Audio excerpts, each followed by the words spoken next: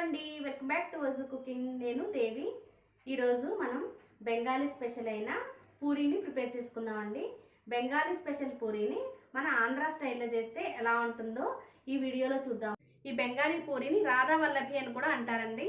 ఈ రాధా వల్లభిలు మనకి ఆంధ్రాలో ఎక్కువగా కనిపించవు, కానీ తెలంగాణలో అక్కడక్కడ హోటల్స్లో మనకి ఇలాంటి పూరీలు అయితే సర్వ్ చేస్తారండి. చాలా టేస్టీగా ఉంటాయి. ఈ స్టైల్లో కనుక మనం పూరీ ప్రిపేర్ చేసుకుని తింటే నెక్స్ట్ ఎప్పుడు పూరీ తిన్నా కానీ ఇలాగే ప్రిపేర్ చేసుకుంటాం అనమాట. అంత టేస్టీగా ఉంటాయి అనమాట. మార్నింగ్ కానీ ఆఫ్టర్నూన్ పిల్లలకి లంచ్ టైంలో అయినా సరే స్కూల్కి పెట్టి పంపించవచ్చు, లేదంటే ఈవినింగ్ స్నాక్ లాగా యూజ్ చేసుకోవచ్చు. ఫెస్టివల్స్ అప్పుడు డిఫరెంట్గా టిఫిన్ ఏదైనా చేసుకోవాలి అనుకుంటాము. అంతేకాకుండా ఎవరైనా రిలేటివ్స్ వస్తే ఇంటికి ఏదైనా వెరైటీగా చేసి పెట్టాలి అనుకుంటాం కదా. ఇలా వెరైటీగా పూరీ చేసుకుంటే అందరూ ఇష్టపడి తింటారు. అది కాకుండా ఈ పూరీ అనేది మంచి హెల్దీ అండి. ఈ పూరీని ఇలా ప్రిపేర్ చేసుకుంటే అందరూ శుభ్రంగా తినొచ్చండి. మనం మామూలుగా పూరీ తినాలంటే భయపడుతూ ఉంటాము, ఎందుకంటే పూరీలో మైదా పిండి యూజ్ చేస్తారు. అంతేకాకుండా ఆయిలీగా ఉంటాయి. అమ్మో పూరీ అనిపిస్తుంది బయట తినాలన్నా కానీ, ఇంట్లో చేసుకోవాలన్నా కానీ. దీనిలోనికి బొంబాయి చట్నీని కూడా ప్రిపేర్ చేసుకుందాము. ఈ పూరీ ఈ చట్నీ కాంబినేషన్లో తింటే చాలా బాగుంటుంది. బొంబాయి చట్నీ కాకుండా మామూలుగా మసాలా కర్రీస్ ఏదైనా కానీ ప్రిపేర్ చేసుకుని కూడా తీసుకోవచ్చు అనమాట. ఓకే అండి, ఇప్పుడు మనం వీడియోలోకి వెళ్ళిపోదాము.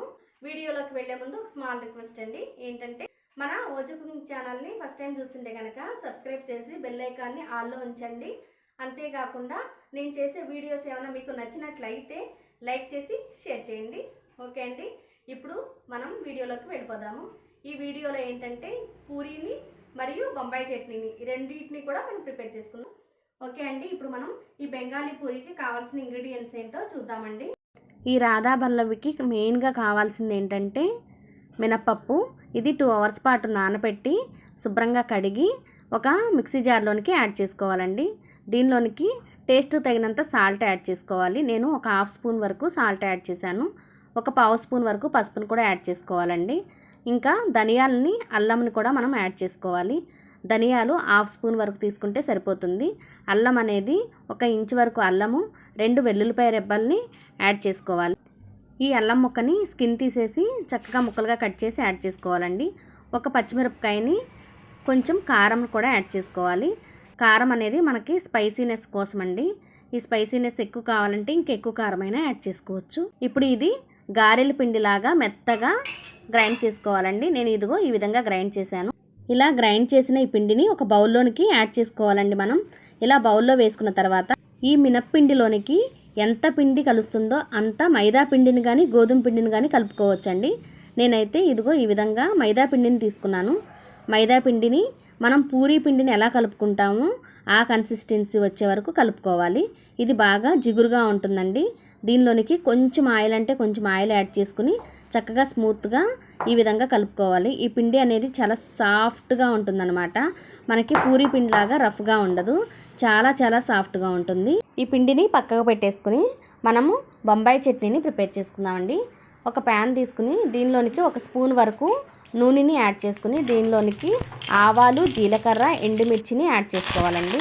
తర్వాత కొంచెం కరివేపాకును కూడా యాడ్ చేసుకుని ఒక ఉల్లిపాయని పెద్ద పెద్ద ముక్కలుగా కట్ చేసి యాడ్ చేసుకోవాలండి. తర్వాత ఒక పచ్చిమిరపకాయ లేదా 2 పచ్చిమిరపకాయలని యాడ్ చేసుకోవచ్చు. దీనిలోనే మళ్ళీ మనం ఆలూని చిన్న చిన్న ముక్కలుగా కట్ చేసి యాడ్ చేసుకోవాలండి. ఈ విధంగా మొత్తం యాడ్ చేసి కొంచెం సాల్ట్ని కూడా యాడ్ చేసుకోవాలి. తర్వాత 1/2 స్పూన్ వరకు పసుపును కూడా యాడ్ చేసుకుని మొత్తం అంతా కూడా మిక్స్ చేసుకోవాలండి. ఉల్లిపాయ పచ్చివాసన పోయే వరకు ఈ ఉల్లిపాయని, ఈ బంగాళదుంపల్ని కూడా బాగా ఉడికించాలి. తర్వాత మనం గ్రీన్ పీస్ ఉంటే కనుక ఇలా పచ్చి బఠానీని కూడా కొంచెం యాడ్ చేసుకుని మొత్తం మిక్స్ చేసుకుని దీనిలోనికి 1 కప్పు వరకు వాటర్ని యాడ్ చేసుకోవాలండి. ఈ వాటర్ ఎగిరిపోయే వరకు మనం చక్కగా ఈ ఉల్లిపాయని, ఆనియన్స్ని ఉడికించాలన్నమాట. ఈలోపు మనం పక్కన 2 స్పూన్స్ వరకు శనగపిండిని తీసుకుని దీనిలోనికి ఒక 4 స్పూన్లు వాటర్ని యాడ్ చేసి ఇలా శనగపిండి వాటర్ని మనం కర్రీలోనికి యాడ్ చేసుకోవాలండి. ఈ వాటర్ అనేవి చిక్కగా ఉంటాయి, కర్రీ అనేది గట్టిగా అయిపోతుంది. ఇప్పుడు ఒకసారి మిక్స్ చేసుకున్న తర్వాత దీనిలోనికి 2 గ్లాసుల వరకు వాటర్ని యాడ్ చేసుకోవాలండి.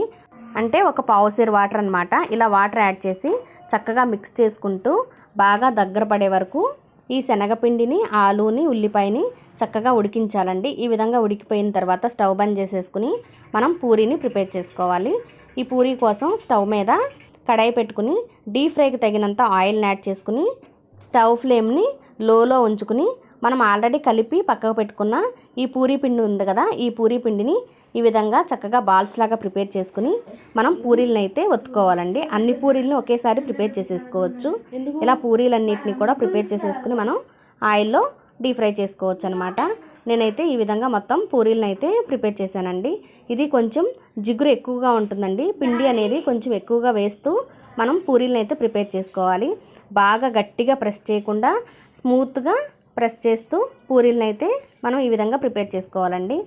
చూసారు కదా, మనం వేసిన మసాలా అంతా కూడా ఈ పూరీల్లో చక్కగా పట్టి ఉంది. ఫ్రై చేసినప్పుడు చాలా మంచి ఫ్లేవర్ వస్తుంది.